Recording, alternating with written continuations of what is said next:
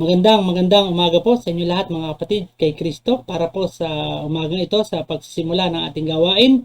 Ang lahat po ay inaanyayahan kong pakinggan natin ang sinasabi ng banal na kasulatan at ito po ay ating matatagpuan sa mga awit, kapitulo 134, talata ang 1 hanggang sa sumusunod na talata na ganito po ang sinasabi. Lumapit kay Yahweh at kayo'y magpuri mga naglilingkod sa templo kung gabi. Sa loob ng templo siya ay dalanginan, taas kamay na si Yahweh papurihan. Pagpalain nawa kayo ni Yahweh, Diyos na lumikha ng langit at ng lupa, magmula sa Siyon ang iyong pagpapala. Pagpalain nawa ng Diyos ang pagkabasa at pagkarinig ng kanyang mga banal na salita. Tayo po sumandalin, tumungo tayo po manalangin. Dakilang Ama o God, salamat po ng napakarami sa umagang ito na minsan pa ang bawat sa amin ay binigyan mo ng lakas, binigyan mo ng panibagong buhay. Binigyan mo ng sigla ng aming kalusugan. Dakilang Ama, salamat po ng napakarami sa lahat ng mga pagpapalang ito. At dalangin namin Ama sa umagang ito, hiling namin ang iyong gabay, ang iyong patnubay sa aming gawain at sa aming gagawin sa pananambahan namin sa umagang ito sa iyo, Panginoon. Loobin mo nawa, Panginoon, na ang lahat ng iyong gagamitin mula sa mga music team, mula sa multimedia team, mula sa mga diakonesa, mula sa mga kabataan, mula sa mga diakono at hanggang sa mga elder. Loobin mo nawa, Lord, na patuloy mo kaming bigyan ng lakas ng pangatwat karunungan, katalinuhan, at loobin mo nawa, Panginoon, na patuloy mo kaming bigyan ng magandang kalusugan sa ganang patuloy kami makapagpuri, makapagpasalamat, at makapanambahan sa iyo. Ganun naman, nilalapit din namin sa iyo ang anak mo na gagamitin upang magbigay ng mensahe sa umagang ito, Lord. Dalangin namin na ibuspusin mo ito ng banal na Espiritu, bigyan mo ng karunungan gumumula sa iyo, Panginoon. At ang lahat ng bawat salita na nagmumula sa iyo, loobin mo nawa, Lord, na ito'y magsilbing kalakasan ng aming pananampalataya at paniniwala sa iyo. At loobin mo nawa, Panginoon, na lahat ng aming marinig mula sa Kanya, ikaw nawa ang makita, ikaw nawa ang marinig, at ikaw nawa ang papurihan sa Espiritu at katotohanan. Dakilang Ama, patuloy namin hiling sa iyo na naway patuloy mo kaming gabayan at patnubayan hanggang makatapos kami ng gawain sa umagang ito. At tumaasa kami, Ama, ng iyong banal na Espiritu ang patuloy na mag-work sa bawat isa sa amin. Ama, ang lahat ng mga bagay ito ay aming pinagpapasalamat at ito po ay aming nihiling sa matamis at makapangyarihan pangalan lamang ng aming mananakop na si Kristo Jesus mula ngayon pagpakailanman. Amen and Amen.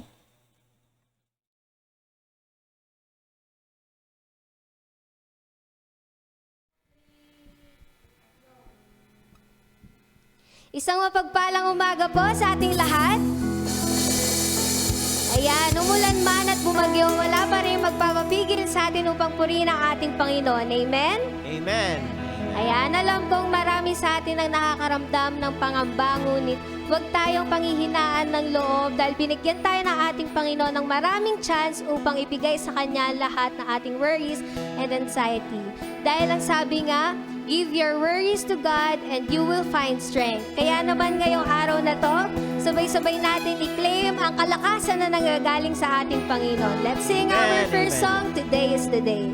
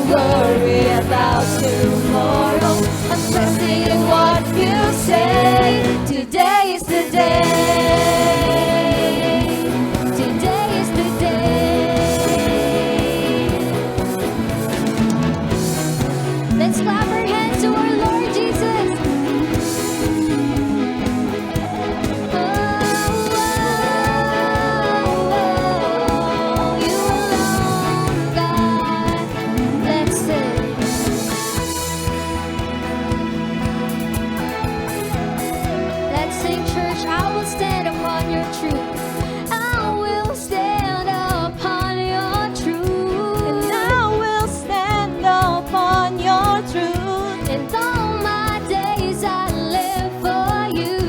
And all my days I'll live for you. And I will stand upon your truth. And I will stand upon your truth. And all my days I live for you. And all my days I'll live. Today is the day you have made. I will rejoice and be glad in it. Today is the day you have made. I will rejoice and be glad in it. And I won't worry about tomorrow, giving you my fears and sorrow. Will you lead me? I will follow. I'm trusting what you say. Today is the day. Today is the day. Today is the day. Today is the day. Today is the day. Let's clap our hands to our Lord Jesus.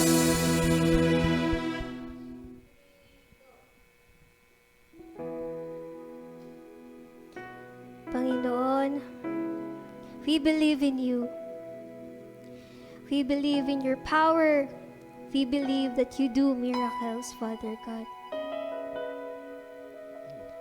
Naniniwala kami sa iyo, Lord, sa iyong kapangyarihan. We believe that greater things are yet to come and greater things have yet to come, Father God. Naniniwala kami na matatapos din ang pandemyang ito, matatapos din ang lahat ng aming paghihirap, Panginoon. Matatapos din ang lahat ng aming problema kasama ka, Panginoon. Kaya naman narito kami ngayon. We surrender our lives to you, Father God. Yeah, for our last song, let's sing God of the City.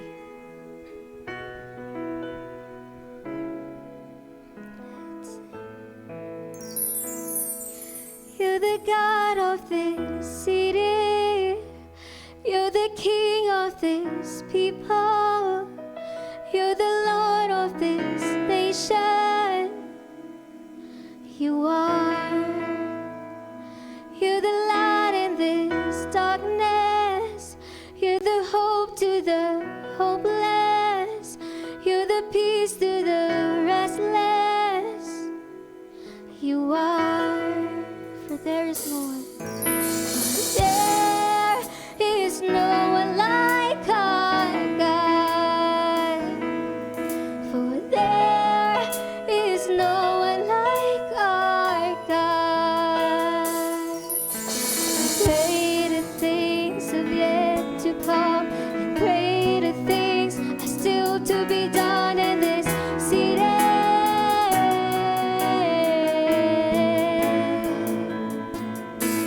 Greater things have yet to come, and greater things are still to be done in this city.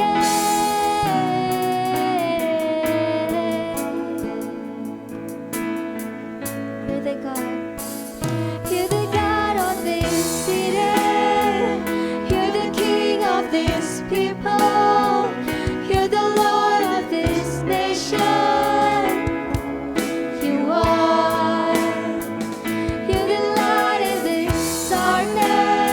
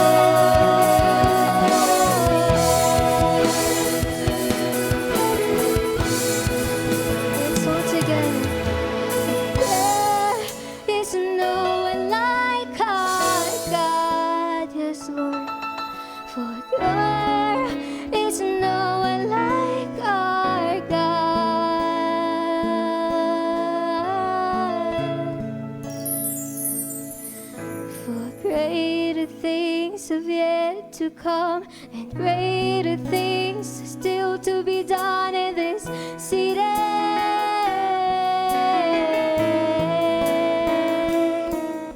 For greater things have yet to come, and greater things are still to be done in this city.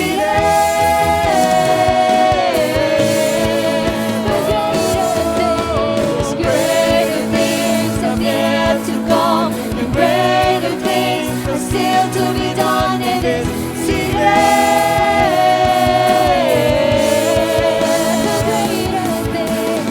Greater things have yet to come, and greater things are still to be done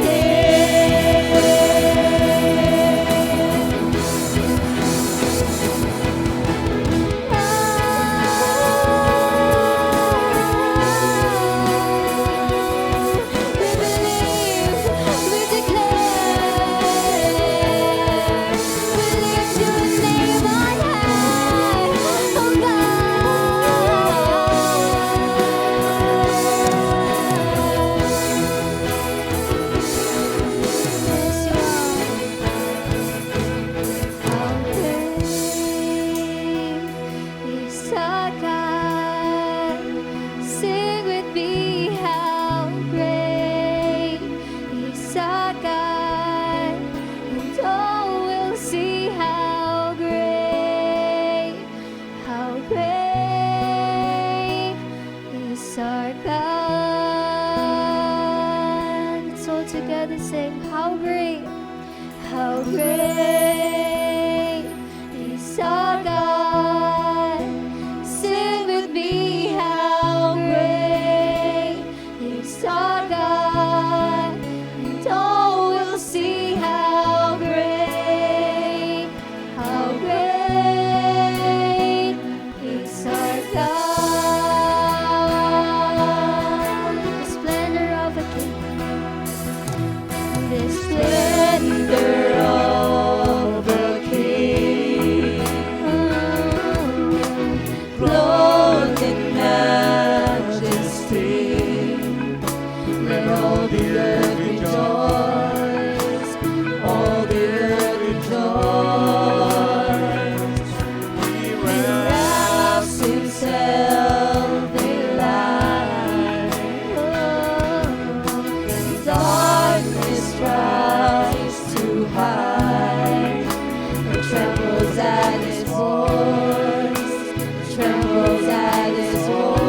Let's sing, how great is our God.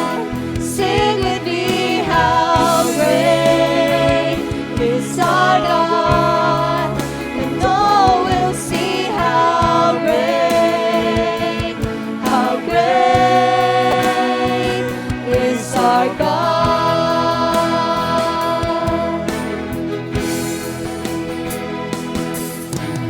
Age to age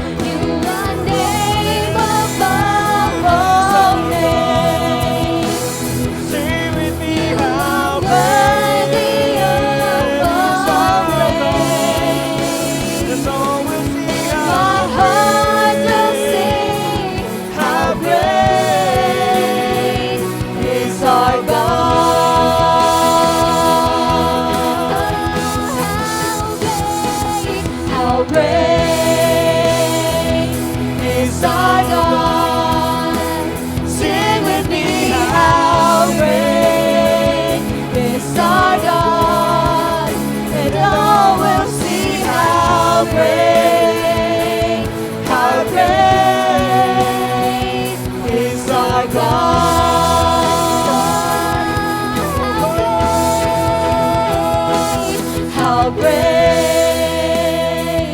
is our God. Sing with me, how great is our God. And all will see how great is our God. Sing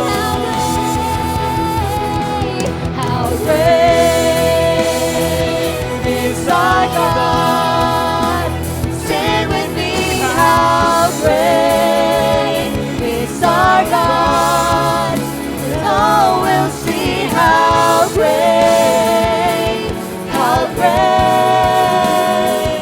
is our God.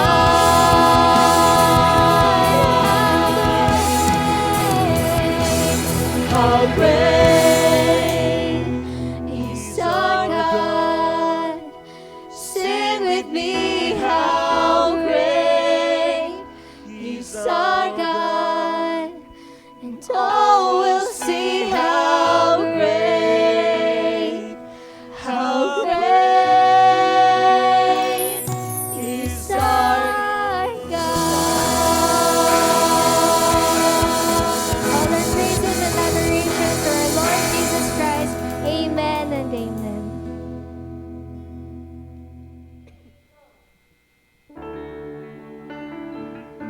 For our communion song, let's sing, You Are My All in All.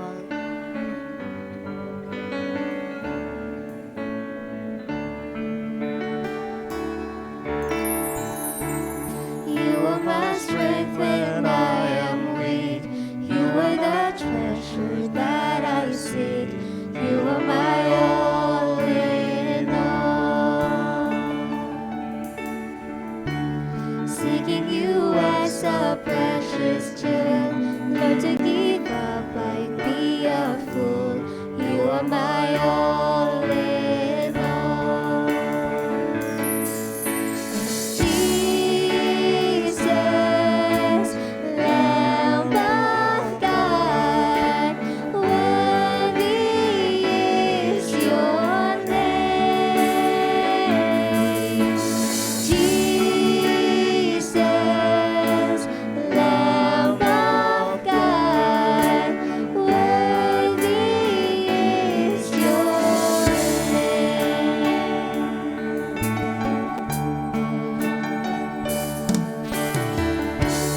Taking my sin, my cross, my shame, rising again, I bless your name.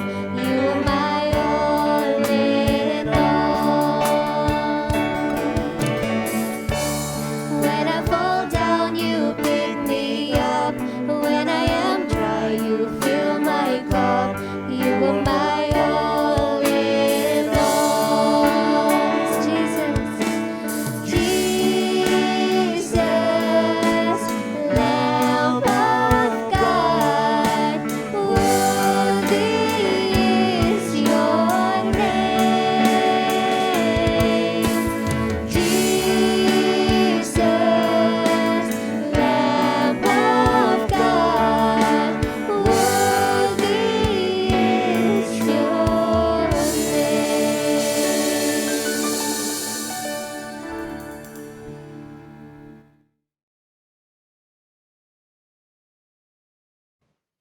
Magandang umaga po sa aking mga kapatid kay Kristo.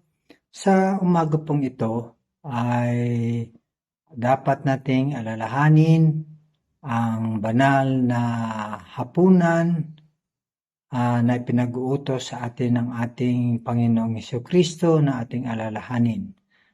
Pakinggan po natin ang sinasabi sa banal na kasulatan patungkol po dito. Sinasabi ko sa inyo, ang nananalig sa akin ay may buhay na walang hanggan. Ako ang pagkaing nagbibigay buhay. Kumain ng mana ang inyong mga ninuno nang sila'y nasa ilang, gayon may namatay sila. Ngunit ang sino mang kumain ng pagkaing bumaba mula sa langit ay hindi mamamatay. Ako ang pagkain nagbibigay buhay na bumaba mula sa langit. Mabubuhay magpakailanman ang sinumang kumain nito, at ang pagkaing ibibigay ko sa ikabubuhay ng sanlibutan ay ang aking laman. Purihin natin ang Panginoon sa ating pagkarinig ng kanyang mga banal na salita. Mga kapatid, tayo pa yumuko at sama-samang manalangin. O Amang Diyos na sa langit, Diyos na makapangyarihan sa lahat, Ikaw ng Diyos na aming sinasamba sa Espiritu at katotohanan, Diyos na mapagpala, Panginoon, kami po ay nagpapasalamat, lubusan nagpapasalamat sa lahat ng mga biyaya na ipinagkaloob mo sa amin, lalo higit sa aming buhay at kalakasan na taglay ng bawat isa sa mga oras na ito. Panginoon, kami din po ay nagpapasalamat sa lahat ng mga pagsubok na aming naranasan sa araw-araw at ito po ay aming napagtagumpayan sapagkat nandyan ka, Ama, na palaging nasa tabi namin, tumutulong upang paglabanan ang mga challenges na ito. Ganon din, Ama, narito kami sa umagang ito upang gawin ang ipinag-utos sa amin ng iyong bugtong na anak na gawin ang mga bagay na ito kapag kami po ay nagkasama-sama na katulad nito. Narito ang tinapay at ang saro na sumisimbolo sa katawan at dugo ni Kristo na siyang tumigis sa bundok ng Kalbaryo upang, Ama, ay tubusin ang aming kasalanan at magkaroon kami ng buhay na walang hanggan.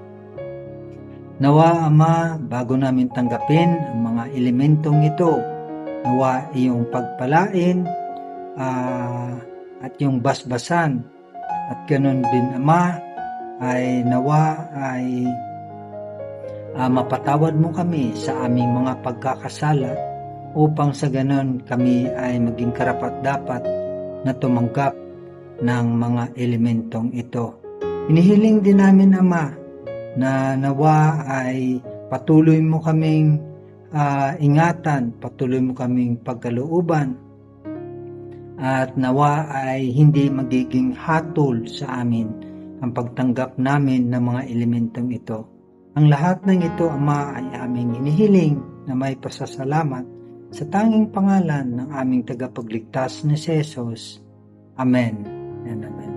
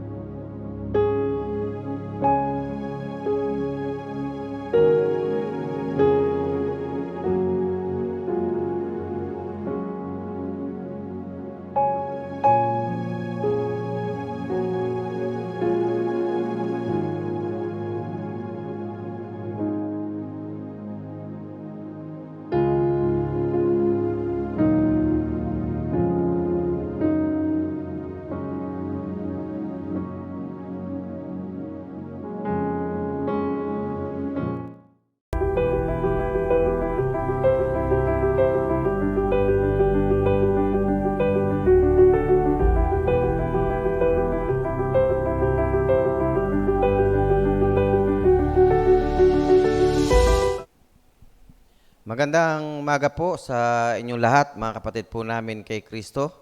At sa lahat din po ng aming mga relatives and friends. At sa lahat din po ng ating mga kababayan na patuloy po na nakakasama po natin sa pananambahan at pagpupuri sa dakilang may kapal. Na tuwing araw po ng linggo talaga ay nandyan po kayo at kasama po namin. Salamat po sa inyo mga kapatid. At nagpapasalamat po tayo sa Diyos sapagkat sa umagang ito ay muli ay pinaintulutan tayo ng Diyos na taglay yung buhay natin at kalakasan at karunungan na galing sa Kanya upang yung lakas natin at buhay natin ay patuloy nating gagamitin sa pagpupuri ng Kanyang dakilang pangalan. Kaya sa umaga pong ito, mga kapatid po namin kay Kristo, ay samahan po ninyo ang napakaliit po ninyong lingkod upang tayo lumapit sa trono ng dakilang may kapal upang tayo po ay magpasalamat at patuloy humingi ng gabay lalo tigit sa kanyang mensahe sa umaga pong ito. Tayo po ay manalangin. Sa iyo, O Diyos na dakila aming Ama, kami po ay nagpapasalamat sa bawat pagkakataon ibinigay mo po sa amin na kami ay makalapit sa iyo, God. Salamat po, Panginoon, sapagkat sa umaga pong ito ay pinintulutan niyo kami na magsama-sama po kaming mga anak mo, na kami ay magpupuri at patuloy na itatas namin ang iyong dakilang pangalan, na ikaw na Diyos na siyang may likha sa amin, na ikaw na Diyos na may bigay sa amin ng maraming mga pangako na kami ay patuloy na alalayan mo at tutulungan mo at hindi mo pababayaan. Ikaw na Diyos na nagbigay sa amin ng pag-asa. Ikaw na Diyos na nagpatawad sa amin sa lahat ng mga mali po namin na siyang pinakamakapangyarihan sa lahat. Ama, maraming pong salamat sa umaga pong ito. Hiling po namin, God, na patuloy na bigyan niyo po kami ng karunungan, lalo tigit ang napakalit mo lingkod. Ilagay mo po sa kanyang bibig ang iyong mga salita upang lahat ng salitang aming maririnig ay hindi manggagaling sa kanyang sariling kaunawaan at katalinuhan, kundi ito, Ama, ay galing po sa inyo, Panginoon, upang lalo pang magkaroon ng bisa sa bawat buhay ng bawat isa sa amin kung paano namin ito tanggapin at kung paano namin ito i-apply sa bawat buhay po namin. Ama, hinihiling din po namin ang mga ng kapatawaran, ang mga mali na nagawa po namin sa iyong harapan, God. Nawa po sa oras na ito ay napatawad niyo po kami upang kami naman ay maging karapat-dapat na muli ay humarap sa iyo upang ikaw naman ay aming sambahin sa espiritu at katotohanan.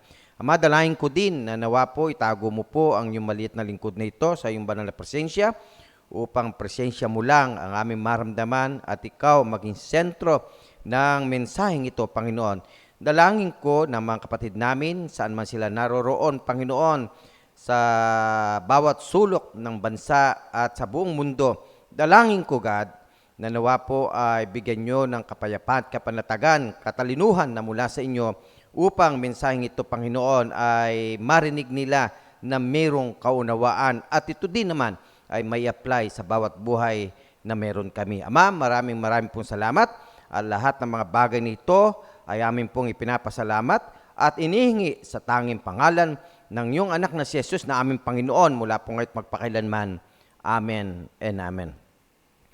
Muli po, magandang umaga po sa inyo, mga kapatid po namin kay Kristo.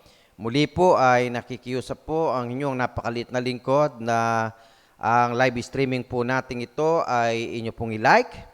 Kung maaari po, ang pakiusap namin ay inyo pong i-share para po marami din pong mga kakilala natin, kamag-anak natin, mahal natin sa buhay na makarinig ng salita ng Diyos upang sa magitan ng maliit na kaparaanan ito ay mapaabot po natin ang mensahe ng ating Panginoon sa ating mga mahal sa buhay at sa mga kaibigan po natin at kakilala po namin o kakilala po natin. Nawa po ay pahintulutan ng bawat isa na ito po ay share po natin, mga kapatid. So maraming po salamat sa inyo pong pagpapaunlak sa amin pong pakiusap sa inyo. Pagpalain po kayo ng ating Panginoon. Sa umaga pong ito ay ito na po yung pinaka-last na series po natin sa tema po nating tinatalakay sa buwan po ng July. Jesus wants loving obedience. Yung pong ating tema ay Following Jesus. Yung po yung ating temang tinalakay para po sa buwan ng July. Okay? Yung pagsunod sa ating Panginoong Hesukristo. Ito yung pong last na paksa natin. Yung Jesus wants loving obedience. Okay? Gusto ng Diyos yung mga sumusunod sa Kanya. Okay? Talagang mahal na mahal ng Diyos yung mga sumusunod sa Kanya. At ang ating pong teksto ay makikita po natin sa Matthew chapter 7, verse 24 to 29. Okay po? Kaya sa umaga pong ito ay dyan lang po kayo, makinig po kayo, at makipag-participate po kayo. Kung maaari po ay magsulat din kayo sa inyong mga comment box, lalo na po yung 3 bagay na pag-uusapan po natin sa umagang ito. Ang unang-unang isusulat po ninyo, mga kapatid ko po kay Kristo, yung paksa po natin. Okay, yung Jesus wants loving obedience. Okay po, pakisulat po ninyo yan. Para po yung ating comment box ay talaga pag nare-review po ninyo, ay naalala po natin yung mga pinag-uusapan po natin every Sunday. Okay po? So maraming po salamat sa inyo pong participation. Pagpalain po kayo ng Panginoon. Okay? So sa umaga pong ito, in our introduction, every true Christian wants to have a winning witness. Totoo po naman yan. Talagang lahat ng Kristiyano gusto po natin maging witness tayo sa mundong ito. Kasi nga, we are a disciples of Christ. Lalo na sa mga testimonya po natin sa buhay. Gusto natin na makita ang ating Panginoong Hesukristo sa buhay po natin. They want the world around them to see Jesus in them. Totoo po yan. Lahat ng Kristiyano, gusto natin na ang mundong ginagalawan natin, si Jesus ang makita sa ating buhay. Tama po ba? Di po ba? Yan ang gusto ng mga Kristiyano, na talagang yung tunay na Kristiyano, the true Christian, ay talagang masasabi natin na yan ang pangarap natin at gusto nating ipakita yan. But, unfortunately, etong problema, that is not always the case. All too frequently, the image the world has of Christians is one of hypocrisy and compromise. Nako, nakakalungkot po mga kapatid. Bagamat marami po talaga mga Kristiyano yung gustong maging tunay na witness sa mundong ito, pero etong masakit. Okay po? Ang nakikita ng maraming sanlibutan o ng sanlibutan ay hindi ganon. Okay po? Marami, hindi ko sinasabing lahat, pero karamihan ang nakikita sa buhay ng isang Kristiyano ay yung tinatawag nating hypocrisy and compromise. Mga kapatid ko po kay Kristo, sa umaga pong ito, ang mensahe po natin, ang kanyang tinatalakay, ay kung paanong sundin ang salita ng Diyos. Kaya po sa pagkakataong ito, every good sermon is geared toward application. Mahalaga po na yung bawat mensahe ngayon na naririnig po ninyo, mga kapatid ko, ang tugon nito, yung aplikasyon, yung application. Hindi ho yung pakikinig, yung bang, okay, nakinig po tayo. But the important is, application o yung aplikasyon sa buhay po natin. It is not enough that we should merely know the truth. Alam po ninyo why? Because truth must be put into practice if it's to be beneficial to us. Sa pagkakataon pong ito, ang mensahe po natin, ang sinasabi po niya, mahalaga na hindi lamang alam natin yung totoo.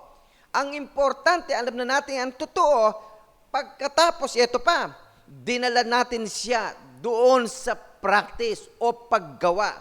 Kung paano nakita yung katotohanan, isinapamuhay po natin siya. Yun po yung gusto ng mensahe nga to na sinasabi sa atin ng ating Panginoong Diyos. Alam po ninyo mga kapatid ko po kay Kristo, remembering that we have not been given scriptures simply to make us smart, but primarily to instruct us in godliness.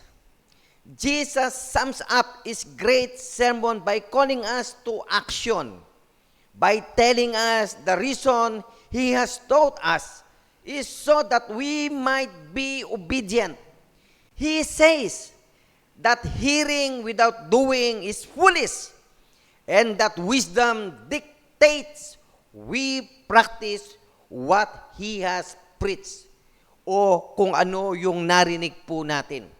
Sa pagkakataon pong ito, mga kapatid ko po kay Kristo, at sa lahat din po ng aming mga kaibigan, this message is encouraging us na mas mahalaga na yung salitang ating naririnig o kahit yung nababasa natin na sinasabi ng ating Panginoon, hindi lamang daw para maging smart tayo, maging matalino tayo sa buhay natin bilang anak ng Diyos.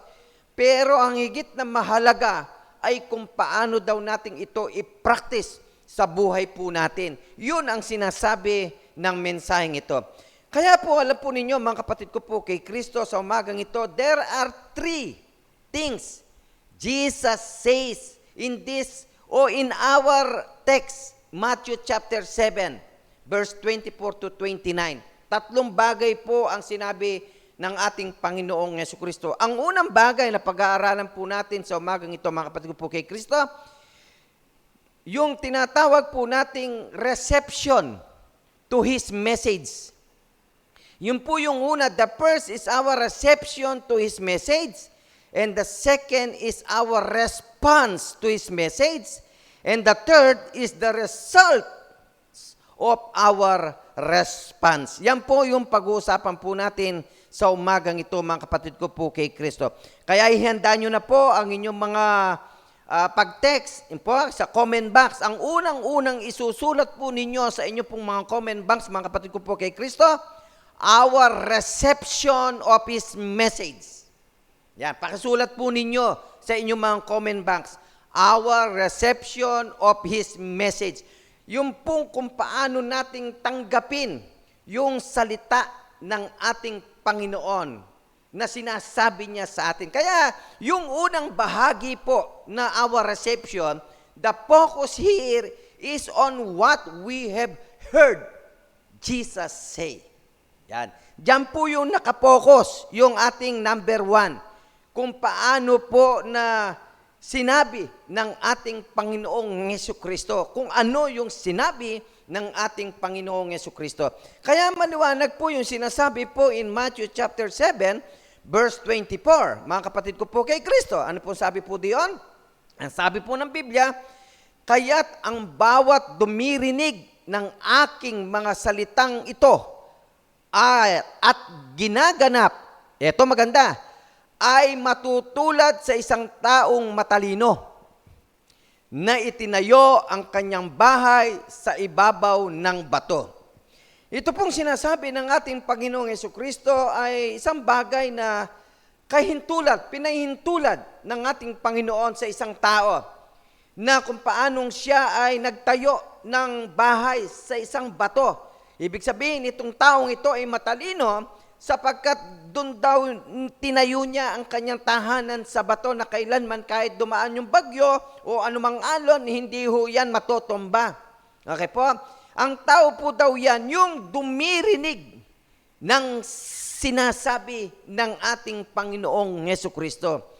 Kaya mahalaga po, mga kapatid ko po, hindi lamang yung mga naririnig natin ay pampatalas ng isip, yung pampadagdag ng kaalaman, bagamat kailangan natin yan, pero yung higit na mahalaga, ito, kung paanong i-apply at kung paanong i-practice sa buhay po daw natin yung lahat ng naririnig natin.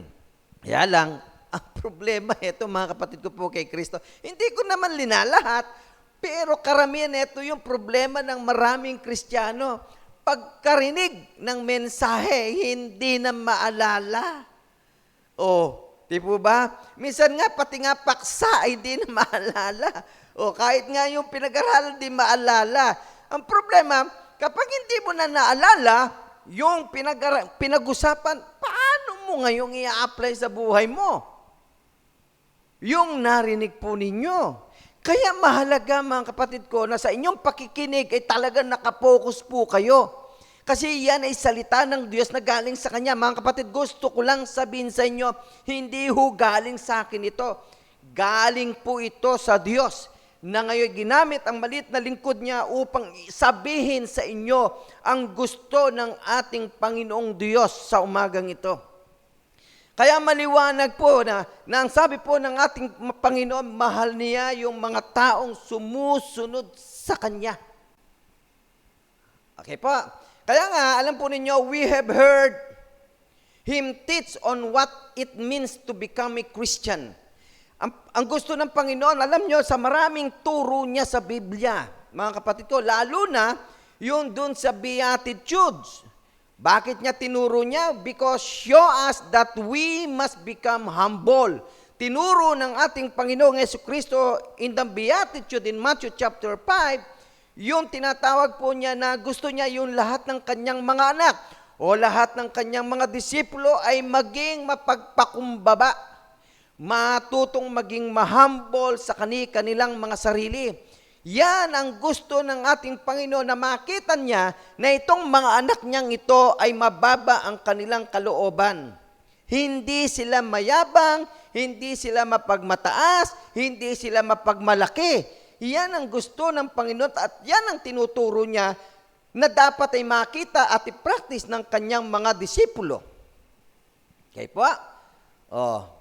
Kaya nga po, tignan po ninyo, yung tinuro po niya na poor in spirit, na gusto ng ating Panginoon na yung kanyang mga anak walang ibang inaasahan dito, kundi siya lang.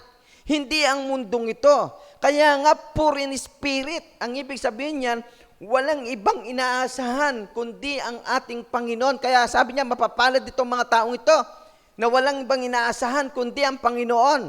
Whatever happen on earth, kahit sa buhay nila, sa mundong ito, basta't mahalaga, ang Panginoon ang kanilang inaasahan. Kaya nga ang Kristiyano, magutom man siya, mabusog man siya, pantay lang sa Kanya. Bakit? Kasi ang inaasahan niya ang Panginoon. Doon siya nakapokus Hindi sa mundong ito, hindi sa mga bagay na nakikita. Yun ang tinuturo ng ating Panginoon. Kaya mahalaga na makita ito ng maraming mga anak ng Diyos, katulad mo at katulad ko. Kaya nga ang sabi niya, we must mourn over our sin. Tinuro po yan ng ating Panginoon in Beatitude.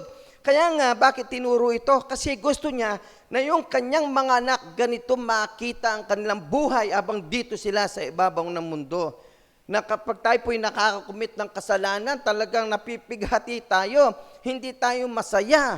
Kasi nga, meron tayong nagagawang mali sa buhay po natin. Ang totoo lang naman, minsan ang Kristiyano ay nakakagawa din siya ng mali sa kanilang mga sarili, sa ating mga sarili, sa mundong ito.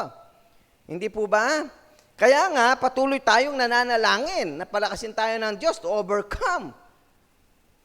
Na tayo ay hindi makagawa ng kasalanan, makaiwas tayo. Yun ang pinapanalangin po natin. Yun ang sabi po dito, meekly accepting God's view of us as sinners in need of a Savior. Ito mahalaga. Yung kanyang mga anak ay marunong tumanggap ng mali. Kapag nagkamali siya, tinatanggap niya na siya mali.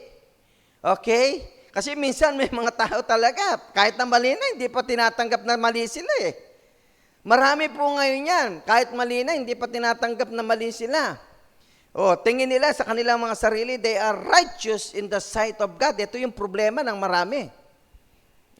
Kaya nga po, minsan nagkakaproblema yung relasyon ng magkakapatid sa mundong ito, kahit na magkakapatid, because of this na hindi marunong tumanggap ng pagkakamali. Okay, ang tingin, sila yung matuwid, sila lang yung tama, yun ang problema. Di po ba? Kahit nga sa pamilya di po ba? Kahit sa pamilya, pagka meron doon na sila yung tama, yung iba hindi. Nagkakaproblema ang relasyon nila magkakapatid. Yan ang problema. Kaya nga, ito yung tinuturo ng Panginoon sa kanyang mga anak, sa iyo, tsaka sa akin. Tinuturo niya, dapat ay maging ganito tayo in the Beatitude. Okay po? Kaya sinasabi niya ito, kasi gusto niya, ito yung ibuhay natin. Ang tanong, yan po ba ang binubuhay natin ngayon? Ibig sabihin, ikaw ba ngayon sa oras na to, sa buhay mo ngayon, marunong ka magpakumbaba? Mababa ka ba? Ang puso mo ba mababa? Hindi ka ba mayabang? Sabihin mo nga sa comment box mo. Okay, ang Kristiyano ay hindi mayabang. Yan. Pakisulat po ninyo. Ang Kristiyano ay hindi mayabang. Okay? Ang Kristiyano hindi mapagmalaki. Ang Kristiyano hindi mapagmataas. Pakisulat po ninyo yan. Yan ang Kristiyano. Di po ba? Okay, may sinabi pa po ba? May sinabi pa ang ating Panginoong Jesucristo in Beatitude, in chapter 5 ng Matthew. Ang sabi po niya doon ay ganito, we must hunger and thirst after righteousness and find that only Jesus can satisfy that hunger and thirst. Ibig sabihin ng mga Kristiyano po daw, ay dapat lagi silang gutom. Hindi gutom yung physical, literal. Okay, bagamat tayo talaga nagugutom tayo, pero hindi yun ang ibig iparating ng Panginoon. Na sinasabi niya dito tayo, laging gutom sa katwiran. Yung paggawa ng mabuti. Okay, lagi tayong gutom na gumawa ng mabuti. Tayo uhaw na gumawa ng mabuti. Ibig sabihin, gustong-gusto lagi ng gumawa ng mabuti in the sight of God. Gutom na gutom tayo na makarinig ng salita ng Diyos. Gutom na gutom tayong manalangin. Yan, mabubuting bagay yan eh. Okay? Gutom na gutom tayo na i-share ang salita ng Diyos. Okay? Gutom na gutom tayo na ikwento natin si Jesus Christ, kanino man tao. Okay? Gutom na gutom tayo na itong katwiran ng ating Panginoon, what is the will of God, ay ipalam natin sa maraming tao. Yan ang sinasabi po ng ating Panginoon. Gusto niya, yung kanyang followers ay laging gutom at uhaw. Ang tanong natin, sa oras na to, gutom ka ba? Sa salita ng Diyos, gutom ka ba na gumawa ng mabuti? Gutom ka ba na i-share ang salita ng Diyos? Yun ang sinasabi po ng ating Panginoon. Pakisulat po ninyo sa inyong mga comment box, itong salitang ito, gutom ka ba sa salita ng Diyos? Okay. Gutom ka ba na gumawa ng mabuti? Ang Kristiyano, dapat gutom lagi siya sa paggawa ng mabuti. Yun ang maganda. Ang Kristiyano, gutom sa paggawa ng mabuti. Yun ang sinasabi po ng ating mensahe sa umaga pong ito. He has taught us to let our light shine before men. Ito pa yung turo niya in Matthew. Sunod-sunod po yan eh. Na tayo po daw, yung kanyang mga followers, okay, yung mga lingkod ng Diyos, tayo yun ay mag-shine tayo sa mundo. Sa lahat ng mga tao, magliwanag tayo. Tanong, nagliliwanag ba tayo? Yun ang tinuturo niya eh. So that they will see our good works and glorify our Father in heaven. Yung palang pag-shine mo, yung pagliwanag mo, ang ibig sabihin niyan, yung sumasagana ka sa paggawa ng mabuti. Okay, yun yung nakikita ng maraming tao. At kapag nakikita ito ng maraming tao na nag-shine ka because of your good works, ang sabi niya, nag-glorify ang amang nasa langit. Yun ang sinasabi po ng ating Panginoong Jesucristo na tinuturo niya po sa atin, especially in Beatitude, chapter 5 po ng Matthew. Okay? Kaya nga, kapag maraming Kristiyano ngayon, yung talagang gustong-gusto yung gumawa ng mabuti, naku po, nag-glorify ang Diyos. Ibig sabihin, nalulugod ang Diyos. Sa maraming mga Kristiyano, walang iba kundi gumawa ng mabuti at hindi nagsasawa na gumawa ng mabuti sa kanyang sarili. Ang paggawa ng mabuti, maraming bagay. Yung magpatawad ka sa kapwa mo na nagkamali sa'yo, magawang kabutihan po yan. Okay po? Ang problema, baka po hanggang ngayon, hindi pa rin kayo nagpapatawad. Hanggang ngayon, hindi pa rin kayo humingi ng tawad. Ibig sabihin, ang sinasabi ng Biblia, isa yung bagay na paggawa ng mabuti, pag-accept sa sarili.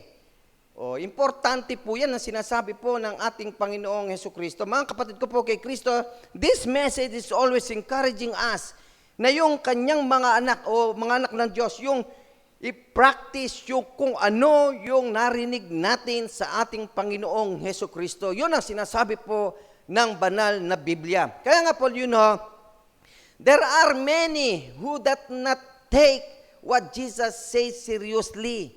Kaya nga alam po ninyo, marami kasi ngayon, wag po kayong magtampo mga kapatid, pero ito, direct kung sasabihin, marami nakikinig lang, minsan nga hindi pa seryoso sa pakikinig, kaya minsan nakakalimutan kung ano yung mensahe, nakakalimutan what is the will of God. You know, this message is from God, and this is the will of God na mahayag yung gusto niya na ipagawa niya kanyan sa mga anak. Ang problema, hindi seryoso ang maraming mga Kristiyano na pakinggan ang salita ng Diyos. Kaya minsan, kahit nagme-message kung ano-ano, kung saan-saan sila nakapokus. Kaya tuloy naalala ko yung isang ilustrasyon ng professor ng Manila Bible Seminary. Nagme-message daw siya. Actually, si Prof. Sulit, nasa piling na ng Panginoon, no? Nabanggit ko lang, sorry po pahiram lang po yung ilustrasyon ni Prof. Sulit. Kinuwento niya to sa amin nung nag-aaral kami sa MBS, nagme-message daw, yung kapatid daw talaga sa harap niya talagang focus na focus, sulat ng sulat. No, sinusulat pa. Siyempre, akala ni Prof. Sulit, yung mga sinasabi niya, sinusulat niya. Nako, ito problema. Nung pagkatapos, tinanong kung ano, siyempre, tuwan-tuwa si Prof. Sulit. Tinanong niya, yung kung ano yung mga naisulat. Siyempre, excited siya. Kahit sino naman, kahit ako, excited pagka ang mga miyembro talagang nakapokus sa'yo, tapos nagsusulat para hindi malimutan yung sinasabi. Ang problema ito, ang mga sinusulat, kung ano ang pamimilihin niya sa palengke. Naku po, kung ilang kilong bigas, ilang kilong kamatis, yung pamamalengke pala ang sinusulat, ibig sabihin, pwede pala yun, kahit nakatingin ka, dun sa nagme-mensahe, pero ang isip mo wala, nasa iba. Naku, yun ang problema. Bakit? Kaya nga marami ngayong mga Kristiyano na hindi makapag-concentrate because nadidistract sila sa mga bagay na dito sa mundo. Kaya minsan, hindi talaga makita at hindi may practice yung tinuturo ng ating Panginoon sapagkat hindi nila narinig. Kasi nga hindi nakapokus. Kaya nga, alam po ninyo, one of our illustration, yung kay Martha at kay Mary.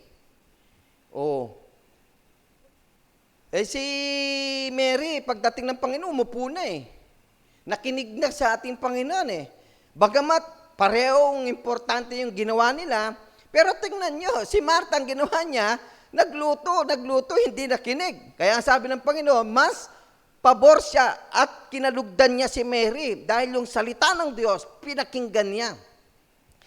Marami problema ngayon, mga kapatid ko po kay Kristo, ito yung problema.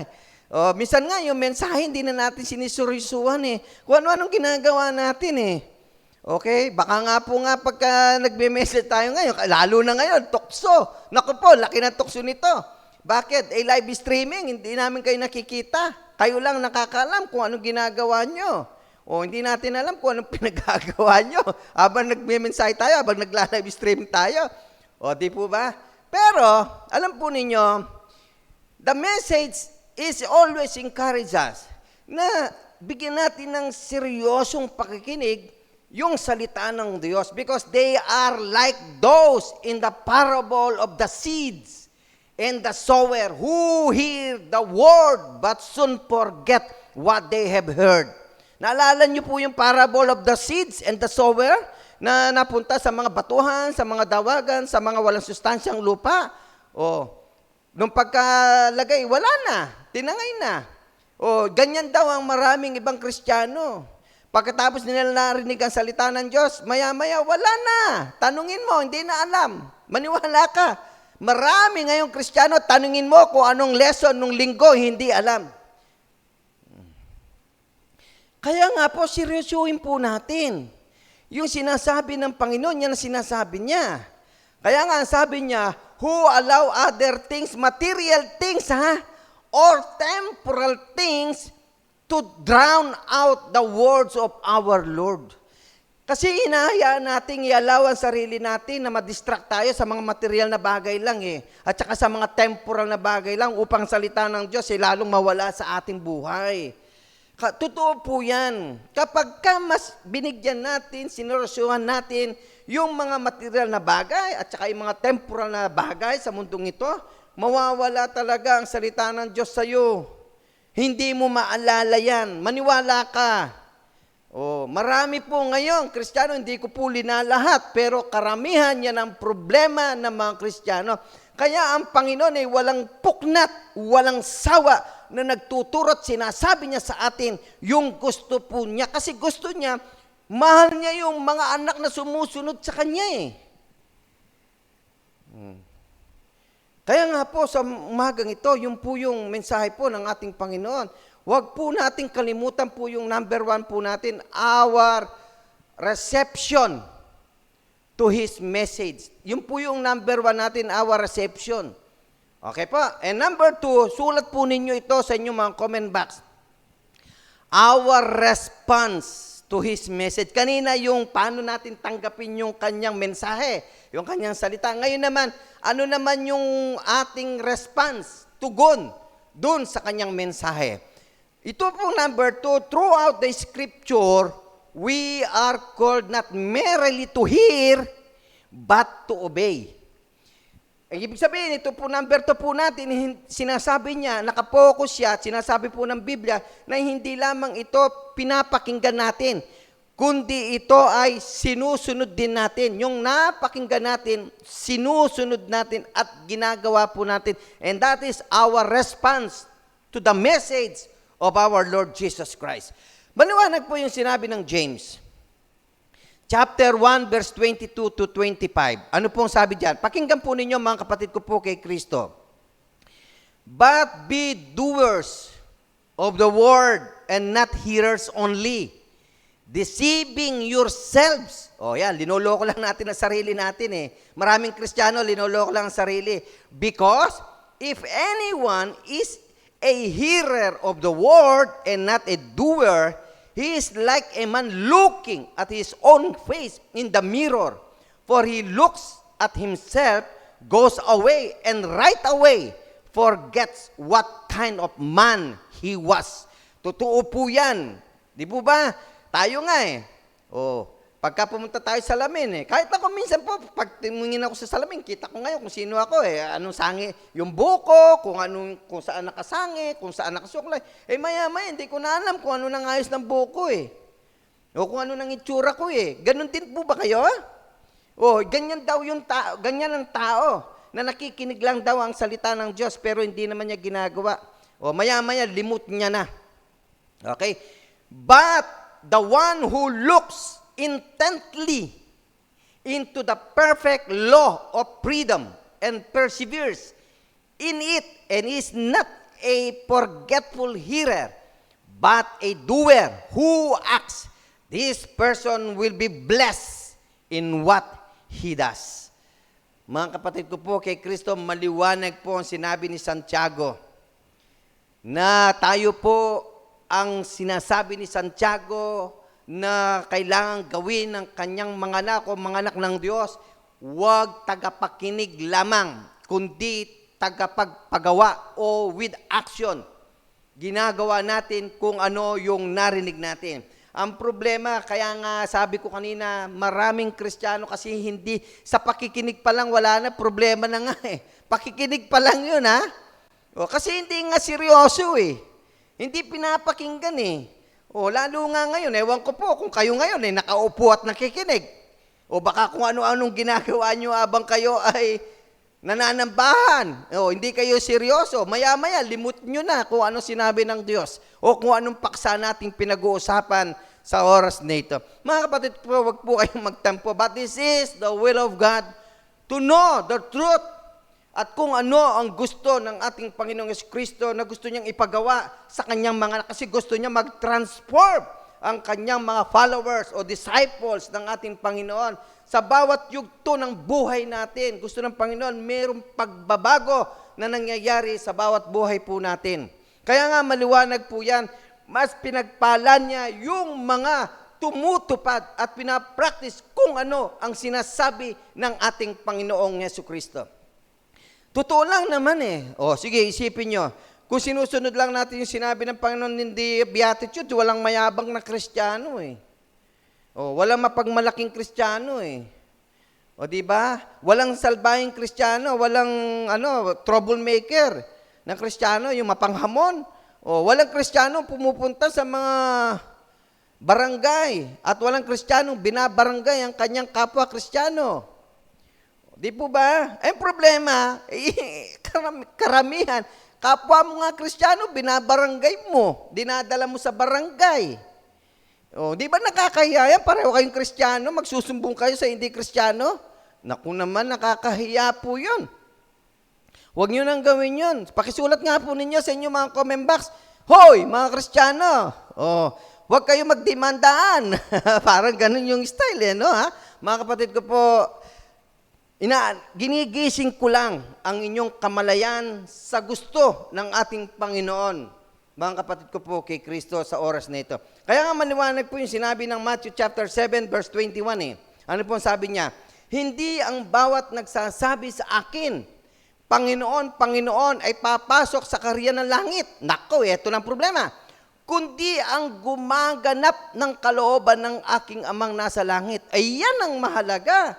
Ang papasok lang in the kingdom of God, in heaven, yung gumagawa, yung pinapractice, what is the will of God? Hindi yung, Panginoon, every Sunday, nagtataas ng kamay. Di ba? Pagka nakita-kita sa Sunday, nagpupuri, nag-aawitan, pag Lunes, away na. Di ba? Pag Martes, eto na. Balik sa dati yung ginagawa. Pati sa trabaho may problema. Di po ba? Dapat po mga Kristiyano maging tapat din sa trabaho. Hindi, totoo po yan.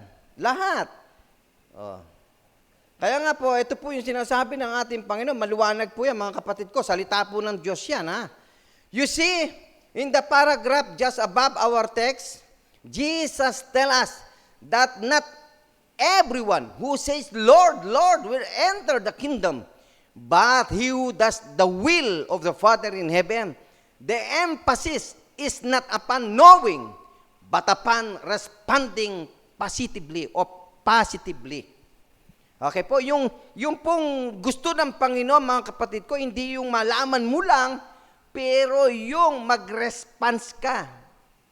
Yung mensahe ng ating Panginoon. What is our response into the message of our Lord Jesus Christ? Gawin yung sinabi niya. And that is our response. Okay po, kaya nga Jesus says, there are two responses to His message. One is to hear and obey. And second, the other is to hear and disobey. Dalawa lang yan. Yung sumunod ka o hindi ka sumunod, mamili ka sa dalawang yan. Kaya nga maliwanag yung text natin eh. Okay? Yung matalinong tao, okay? Yung sumusunod, yung narinig niya, isinagawa niya, ay katulad siya ng matalinong tao na tinayo niya yung kanyang bahay sa ibabaw ng bato. Pero yung tao, pakinggan po ninyo, yung Kristiyano, narinig niya. Okay po, tapos hindi niya ginawa. O mangmang daw yun kasi yung bahay niya, itinayo niya sa buhanginan. Ano naman makukuha mo sa buhangin? Pundasyon doon. O maya-maya, nandyan na yung bagyo. O eto na, tomba na. Kaya maraming Kristiyano ngayon, natotomba, nagkakaroon ng sa buhay. Bakit? Kasi nga, hindi malalim yung pundasyon ng kanyang pananampalataya sa ating Panginoong Jesucristo. Hindi ko sinasabi na lahat. Sinasabi ko lang, maraming Kristiyano ngayon, yan ang problema.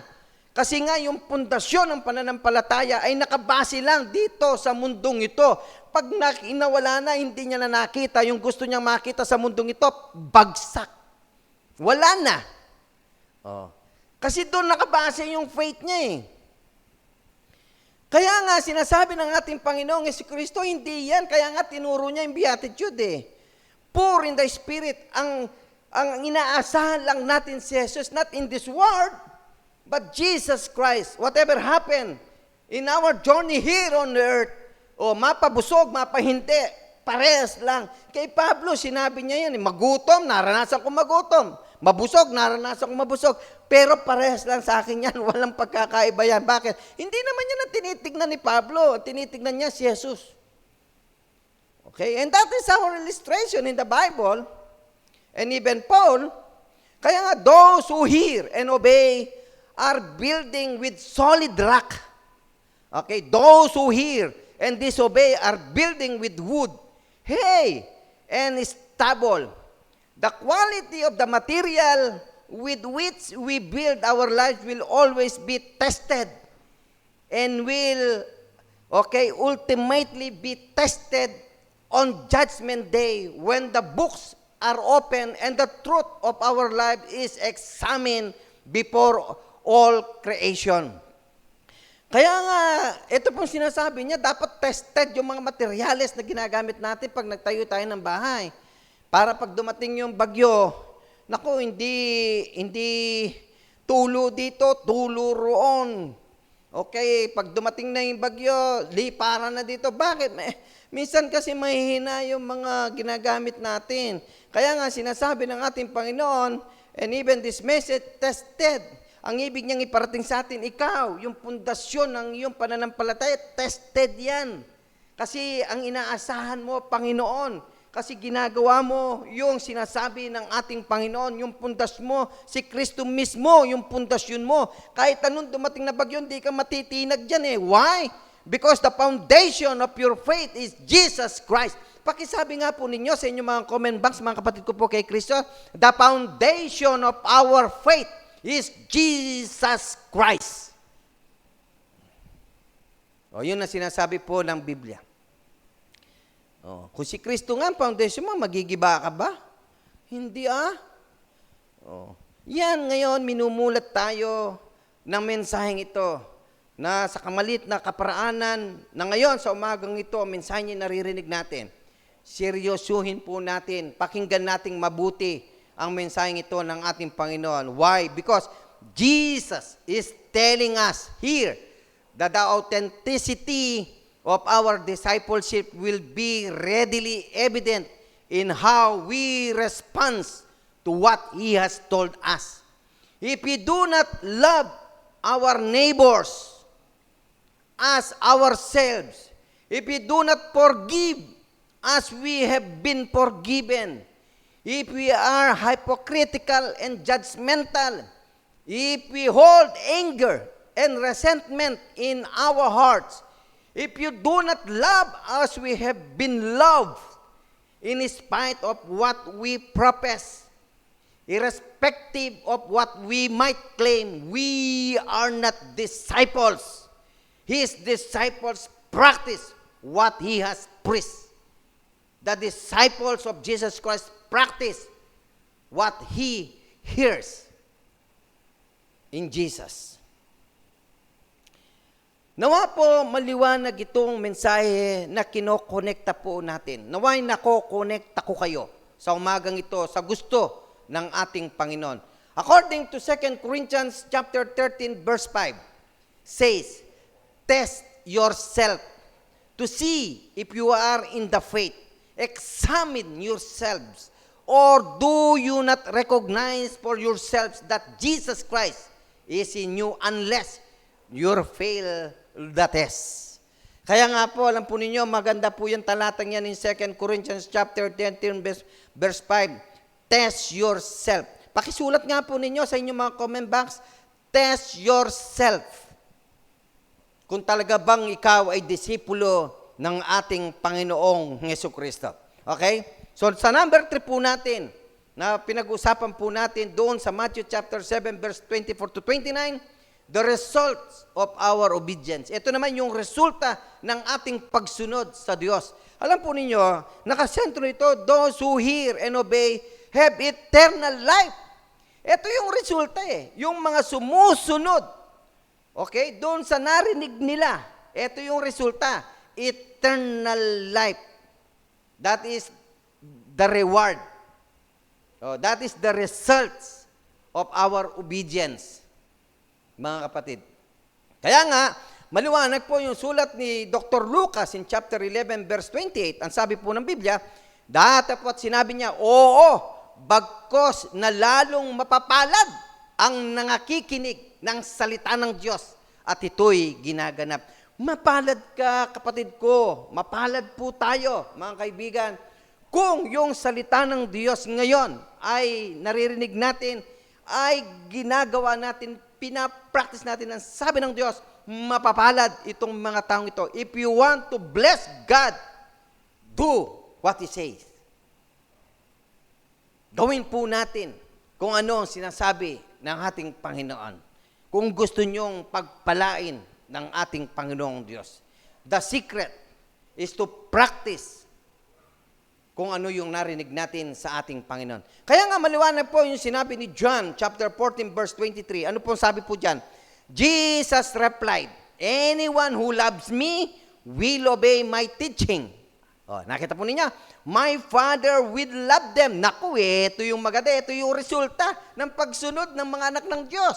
Okay? Ang sabi po niya, and we will come to them and make our home with them. Ito nang maganda, mga kapatid ko po kay Kristo. Ikaw ay gagawing tirahan. The Godhead ay titira sa'yo. Napakapalad mo. Nagagawin kang tirahan. Okay, ng Godhead. Okay, why? Kasi ang sabi po ng ating Panginoon, anyone who loves me will obey teaching. My Father will love them. Mamahalin sila ng kanyang amang nasa langit. And we will come to them and make our home with them. Napakagandang talata. Pakisulat nga po ninyo yung talatang yan, John 14:23. Mga kapatid ko po kay Kristo. Okay po? Kaya nga, sinundan po yan ng talata ng Deuteronomy chapter 5 verse 33. And this is the result being a obedience, okay, sa ating Panginoon. Walk in obedience to all that the Lord your God has commanded you so that you may live and prosper. Ito pa maganda. And prolong your days in the land that you will possess. Yun po daw sumusunod, okay, sa kautusan ng ating Panginoon. Ang sabi po ng Biblia, sila po daw ay magpa-prosper dito sa mundong ito. Okay? And live, prosper, and prolong. Haba pa ang buhay mo. Your days in the land that you will possess. Kaya nga, ito yung resulta pag sumunod ka eh. You will bless God. Magpa-prosper ka, abundant life, pagpapalain ka sa mundong ito. Okay po? Kaya nga, this is the promise of God to those people who always obey to Jesus Christ. Kaya nga, ano pang gagawin po natin? Wala na tayong gagawin pa. Yan naman ang sinasabi ng Biblia. Di sumunod tayo kung ano sinasabi po ng Diyos upang patuloy nating maranasan yung pagpapala ng Diyos na dito sa mundong ito, pagpapalain tayo, and this is the result of our obedience. Magkakaroon pa tayo ng eternal life because this is the reward to those people who always obey God. Pinagpala ka na sa mundong ito, makukuha mo pa ang buhay na walang hanggan.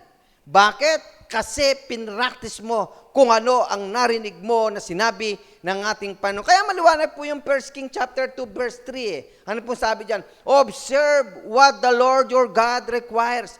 Walk in obedience to Him and keep His decrees and commands, His laws and regulation as written in the law of Moses. Do this so that you may prosper in all you do and wherever you go.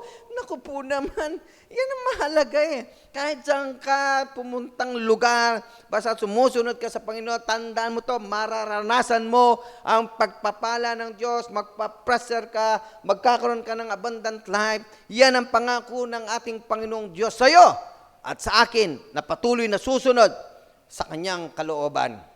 Kaya nga po mga kapatid ko, sa umagang ito, that's the question Jesus is asking each of us this morning. Yan ang tanong ng Panginoon. Itong tanong niya, are you doing what I have said?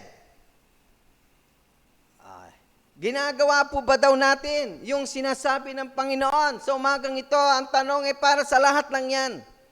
To what degree are you obeying the teaching of our Lord Jesus Christ? Mga kapatid ko, sa umagang ito, and that is the question of Jesus Christ. So my conclusion, upon what are you building your life today?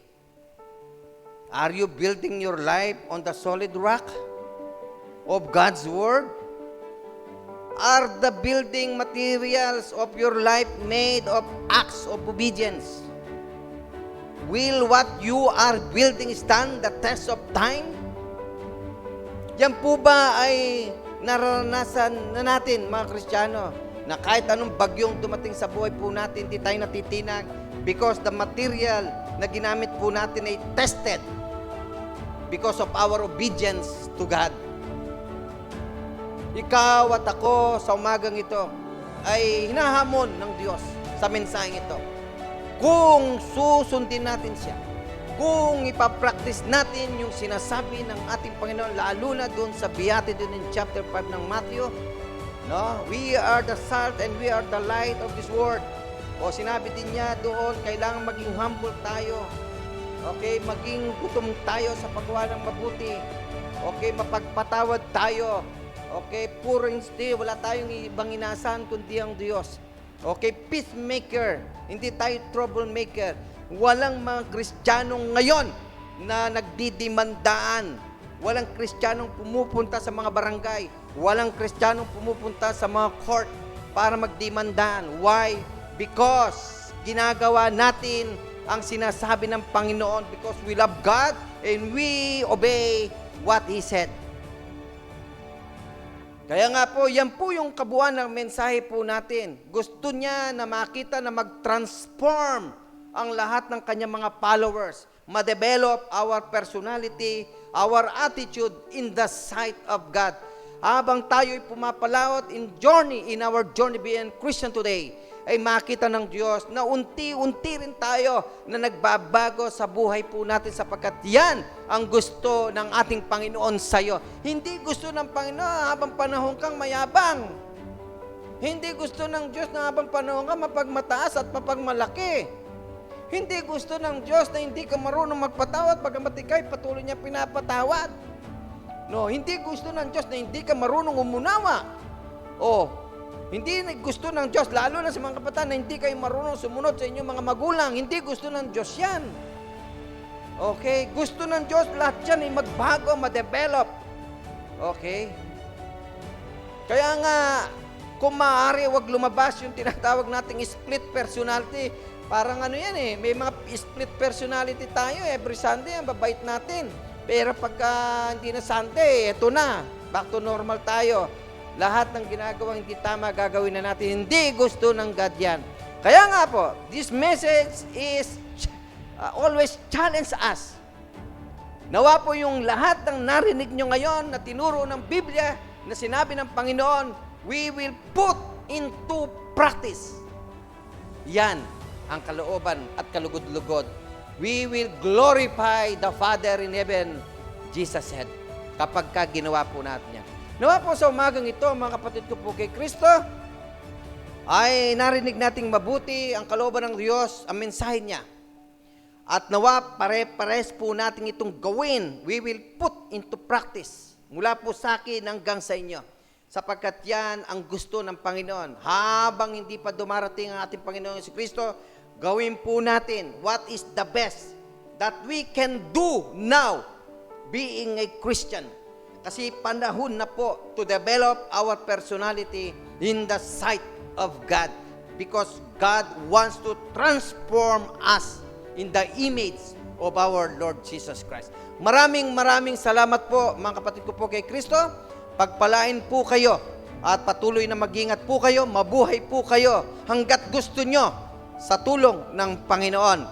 At naway maranasan natin ang patuloy na proteksyon at gabay ng ating Panginoon, lalo na sa pinagdadaanan po nating pandemic sa panahong ito. Nawa po ay gumaling ang lahat ng may sakit. Naway patuloy ng Panginoon maging sentro ng bawat buhay po natin. At nawa po ang mensaheng ito ay huwag nating kalimutan at patuloy tayong mabuhay according to the will of our Lord Jesus Christ. Muli po, maraming salamat sa inyo and God bless us all.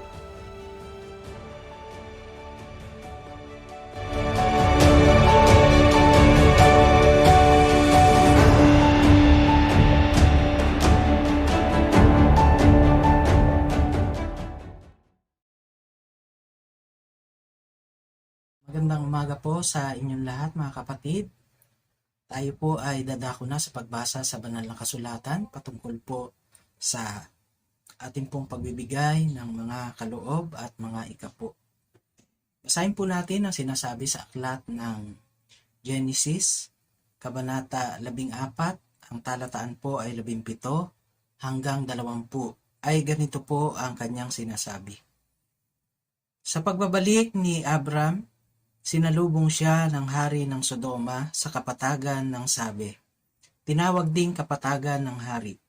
Sinalubong din siya ni Melchizedek, hari ng Salem, at saserdote ng kataas-taasang Diyos. Dinalan siya ng tinapay at alak at pinagpala ng ganito. Pagpalain ka nawa, Abram, ng Diyos ng kataas-taasan, na lumikha ng langit at lupa. Purihin ang kataas-taasang Diyos na nagbigay sa iyo ng tagumpay. At ibinigay ni Abram kay Melchizedek ang ikapo ng lahat ng kanyang nasamsam. Purihin po ang Panginoon sa pagkabasa at pagkarinig ng kanyang mga banal na salita.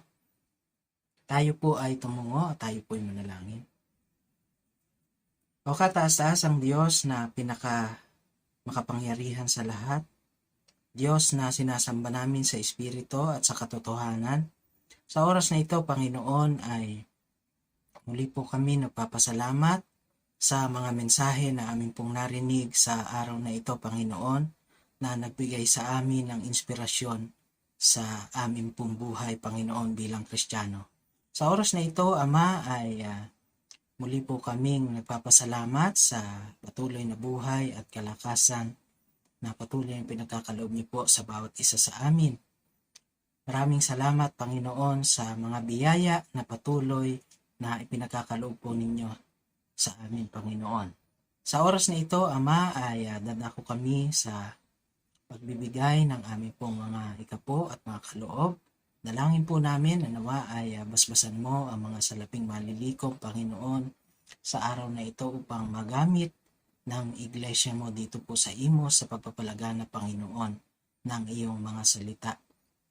Dalangin din namin, Panginoon, na nawa ay tulungan mo ang bawat isa sa amin, yung mga may trabaho, yung mga may negosyo, Panginoon. Dalangin namin na nawa ay patuloy na pagpalain mo at patuloy na padaluyin mo, Panginoon, ang mga pagpapalang nagmumula sa iyo sa pamamagitan po ng mga trabahong ito at mga negosyong ito, Panginoon, upang ang mga anak mo, Panginoon, ay patuloy na sumagana sa amin pong mga buhay, Panginoon, upang sa gayon ay patuloy kami na makapagbigay sa iyong banal na iglesia, upang sa gayon, Panginoon, patuloy na lumaganap ang iyong mga salita. At dalangin din namin, Panginoon, na nawa ay magamit din ang mga salaping ito, Panginoon, sa mga proyekto, sa mga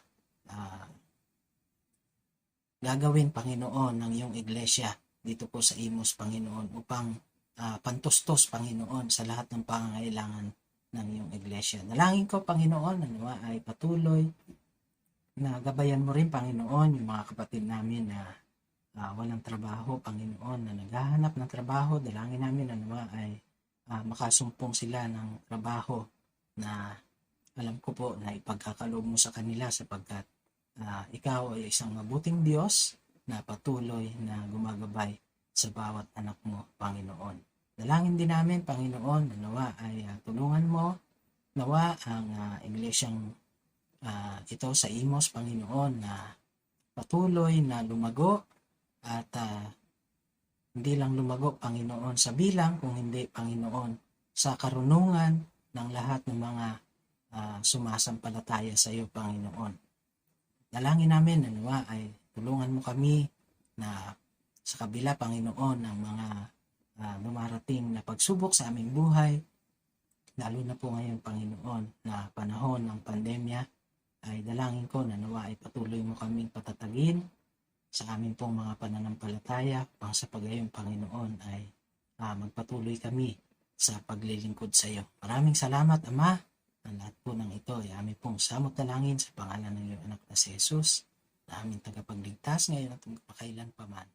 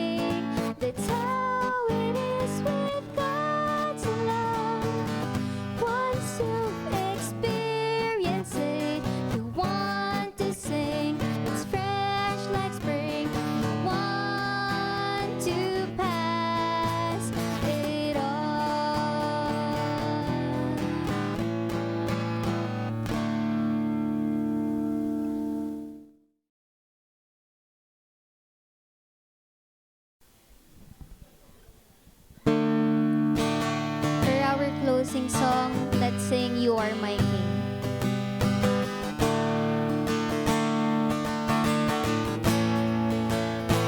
Let's sing.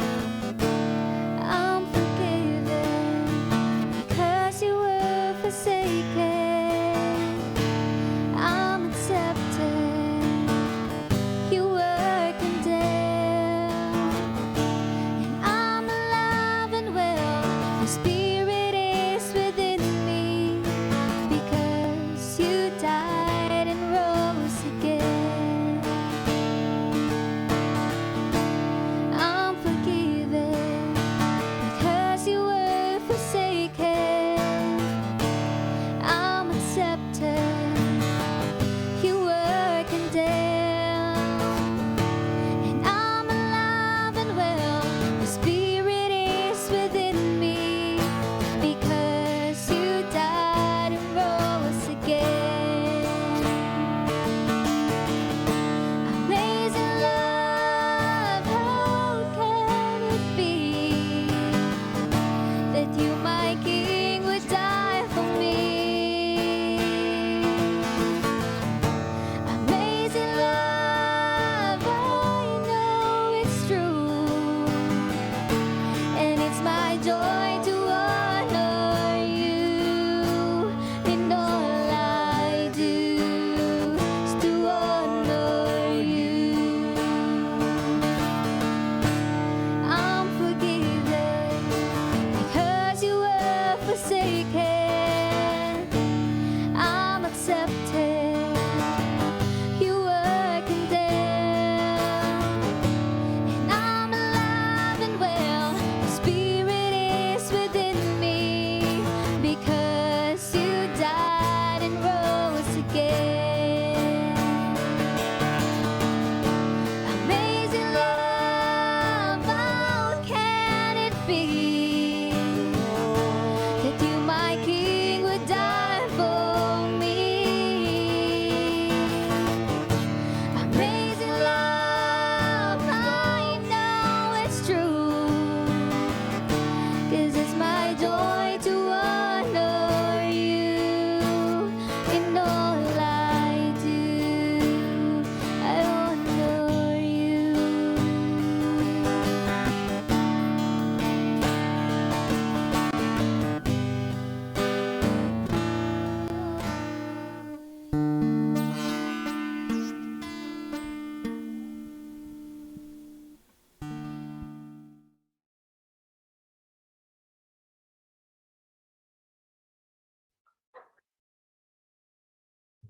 Isang mapagpalang umaga po sa inyo, mga kapatid ko kay Kristo. Tayo pong muli ay mananalangin. Samahan niyo po ako, mga kapatid. Tayo po ay magsiyukod. Sa iyo, aming Diyos na dakila, Diyos na makapangyarihan sa lahat. Ama, salamat pong muli sa umagang ito na kami po ay nagkaroon ng pagkakataong muli upang kayo po ay aming pasalamatan sa inyong kabutihan sa aming buhay, O Diyos. Nawa po, Panginoon, ay napasaya namin kayo sa oras na ito sa pamamagitan ng mga awitin, pag-aaral ng inyong mga banal na salita. Salamat din po at kami nakakapanambahan pa kahit na medyo mahigpit ang aming pong sitwasyon na hindi kami nakakarating sa loob ng Iglesia, Panginoon, sa church, sapagkat kami po ay nasa pandemya pa rin na merong kahigpitan ang gobyerno. Subalit, sa pamamagitan ng ganitong gawain na live streaming, ay patuloy na kayo ay aming nasasamba sa espiritu at katotohanan.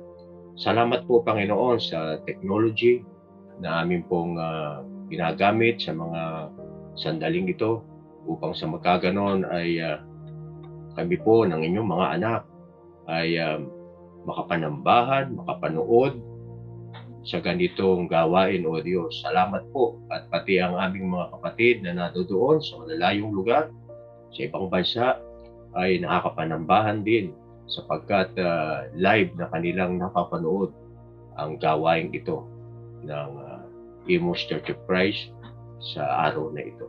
Salamat po sa inyong mga ginamit na inyong mga anak na lalaki at babae, at lalo-lalo na ang inyong anak na nagbigay ng mensahe upang muli ay kami po ay magkaroon ng pagkaing espiritual. Salamat po sa napakagandang pag-aaral namin pong muling napakinggan na inihatid po ng inyong anak na si Pastor Rico. Salamat po sa kanyang binahagi na pag-aaral sa bawat isa na nakapanood sa sandaling ito.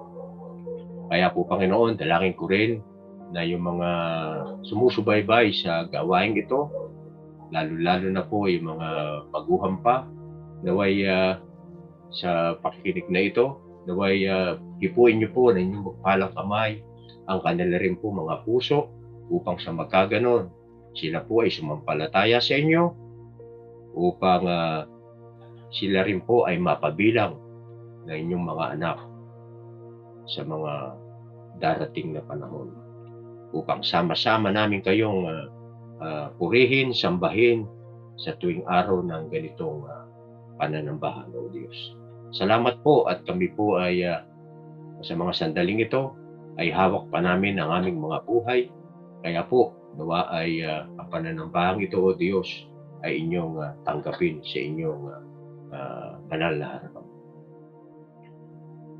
At ipinagpapasalamat din po namin, Panginoon, ang mga answered prayer na inyo pong ipinagkaloob sa bawat isa ng mga nagsigaling at mga kahilingang inyo pong sinagot. Salamat po, Panginoon. At ang lahat ng ito ay aming tinanggap sa pamamagitan ng inyong kapangyarihan, O Diyos. Kaya rin po sa sandaling ito ay muli po kaming lumalapit sa inyong kabanal-banalang pangalan na patuloy niyong ingatan, Panginoon, ang inyong mga anak, lalo-lalo na po sa bagong dumating na naman na bagong variant tungkol po sa COVID-19 na madaling kumakalat ang sakit na ito. Dalangin namin, O Diyos, kami po ay nananampalataya na nawa ay ang variant na ito ay huwag nang dumami ang magkasakit sa aming bansa, Panginoon. Balutin niyo po ng inyong banal na dugo ang inyong mga anak, at ganoon din po ang lahat ng naninirahan dito sa bansang Pilipinas. Dalangin namin, O Diyos, na huwag na po sanang lumala ang ganitong karamdaman at gumaling na ang mga lalong-lalo na po yung mga nasa ospital na may mga sakit pa rin COVID, Panginoon. Nawa, Panginoon, ay pagalingin niyo rin sila upang ang lahat, Panginoon, ay gumaling at makapiling nila rin ang kanilang mga mahal sa buhay. Napakahirap po, Panginoon, ng mawalan ng mahal sa buhay dahil sa sakit na ito. Kaya po, Panginoon, dalangin namin na naway kaawaan niyo ang aming bansa, at kayo na po ang magbigay ng kagalingan sa mga may sakit. At dalangin ko rin po, Panginoon, na dumating na rin po ang marami pang mga gamot na vaccine upang ang lahat ng aming po mga kababayan ay maturukan na rin na ito upang kung sa magkaganon kami po ay mayroong panlaban sa sakit na ito. Kaya po, Panginoon, ay sa mga sandali namang ito ay muli rin po kaming dumalapit at nagpapasalamat sa mga mayroong kaarawan naman. Ito pong July 26 ay magkakaroon ng birthday celebration sila Brother Chua Santos and Sister Rochelle Jane. Nawa po, Panginoon, pagkalooban niyo pa ng mahaba pang buhay ang dalawang ito na nabanggit na inyong mga anak. Palayan niyo sila, Panginoon, upang mabuhay pa sila ng maligaya kasama ang kanilang mga mahal sa buhay. At ganoon din po ay pinapapasalamat namin ang darating na anniversary ng kanilang kasal.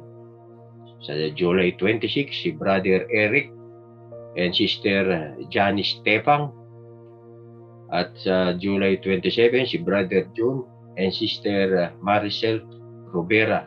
Dalangin ko, Panginoon, ang dalawang couple na ito ay pagkalooban nyo rin, Panginoon, ng mahaba pang mga taon na pagsasama upang sa magkagayon, sila po ay mabuhay rin ng masaya, kapiling ang kanilang mga anak at pagkalooban nyo sila ng magandang pangkalusugan upang sila ay mabuhay pa ng matagal dito sa ibabaw ng sanlibutan habang sila ay nabubuhay.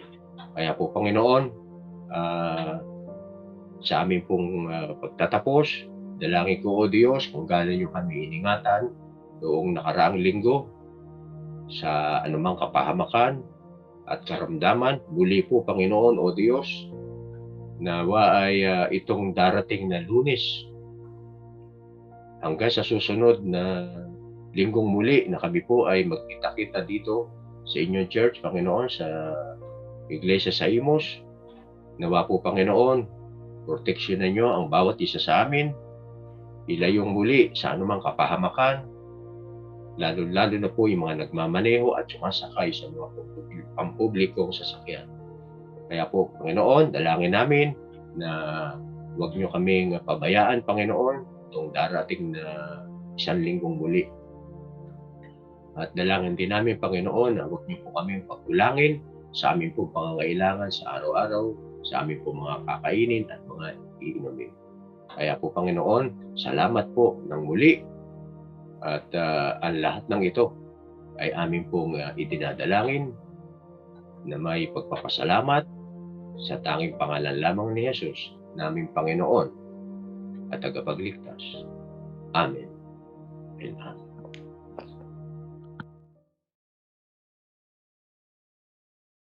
At sa pansamantalang pag-iwahiwalay po natin, tanggapin po natin ang pagpapala ng ating Panginoon. Sa Kanya na makapag-iingat sa inyo upang hindi kayo magkasala at makapaghaharap sa inyo ng walang kapintasan at may malaking kagalakan sa Kanyang kaluwalhatian. Sa iisang Diyos na ating tagapagligtas, sa pamamagitan ni Jesucristo na Panginoon natin, sa Kanya ang kapurihan, karangalan, kaluwalhatian at kapangyarihan mula pa nung una, ngayon at magpakailanman.